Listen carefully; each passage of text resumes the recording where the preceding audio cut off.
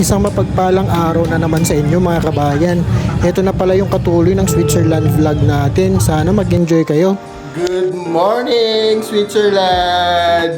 Second day natin dito sa Switzerland mga kabayan at naghahanap pa kami ng itinerary natin. Okay mga kabayan, magluluto muna tayo ng breakfast at saka babaunin natin mamaya dun sa lakad. So, meron lang kami nito, corned beef. Tapos mag-noodles lang kami ngayon for breakfast and eggs. Noodles for the kids also. Tsaka itlog. So yan, magluluto kami kasi mahal ang mga pagkain dito. Kapag bibili ka pa sa labas, naku, abutin ka ng mga pinakamura na siguro mga 11 or 12 Swiss francs. So dito tayo sa makakatipid. Life hack. Okay, second day mga kabayan. Lalabas na kami. Magwawalwal na kami dito sa Switzerland. Naka-outfit na ang buong pamilya. Dito guys, yung madaming nagsiswimming kahapon. Yan, may mini bar dyan. Tapos, ayan, may mga shed. Dito, ang dami nagsiswimming kahapon dito. Mga naka-bikini, naka-swimming trunks. Tapos dyan, tapos tumatalon sila dyan sa sa bridge. Ganda ng river nila talaga, promise. Hey mga kabayan, nandito kami sa train station dito sa Zurich. At pupunta kami ng Interlaken Ost. Kasi doon sasakay kami ng papuntang Grindelwald at saka Lauterbrunnen. Schedule namin is 9:02 pang Interlaken Ost. Ang mga tren pala dito mga kabayan ay may designated area. Yung mga nasa first class, second class, and family area. Siyempre nasa family area tayo at dito tayo sa second floor sasakay mga kabayan.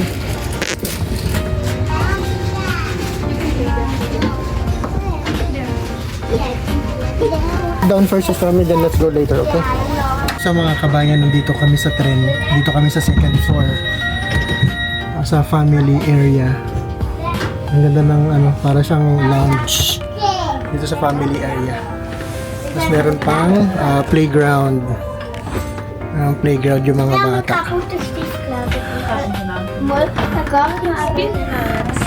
Playground yan dito sa sa train mismo. So, amazing. Parang ito na yung part ng trip namin kung saan nag-enjoy talaga si Stormy. Pabalik-balik talaga siya sa slide.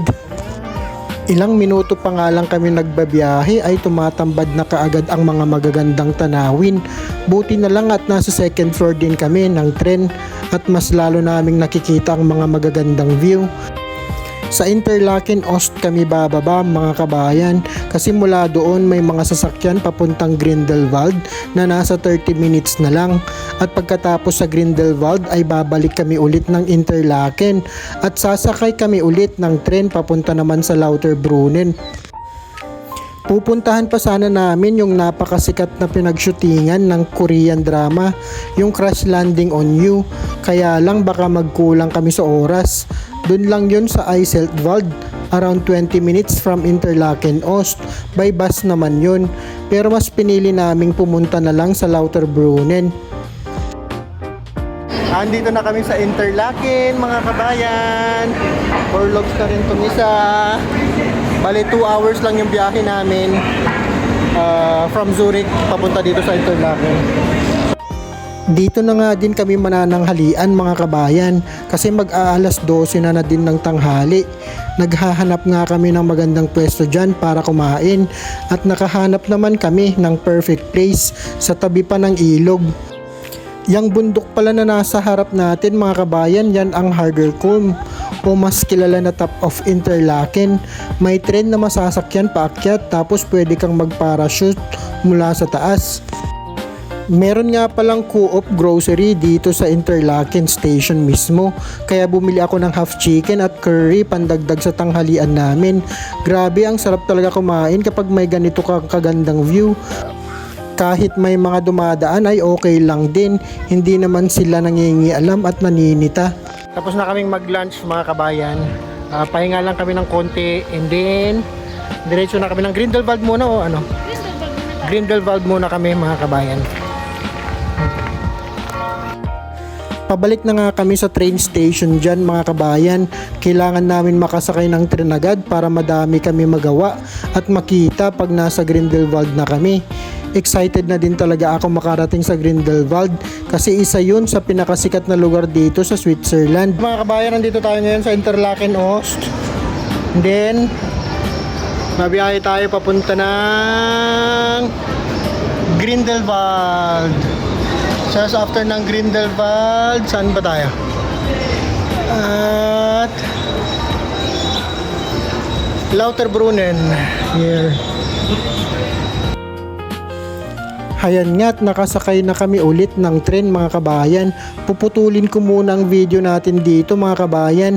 Abangan nyo sana yung katuloy ng video na to. Maraming salamat sa panunood. Sana i-follow nyo rin ako para mapanood nyo ang mga upcoming videos ko. Ingat kayo palagi mga kabayan. Ciao!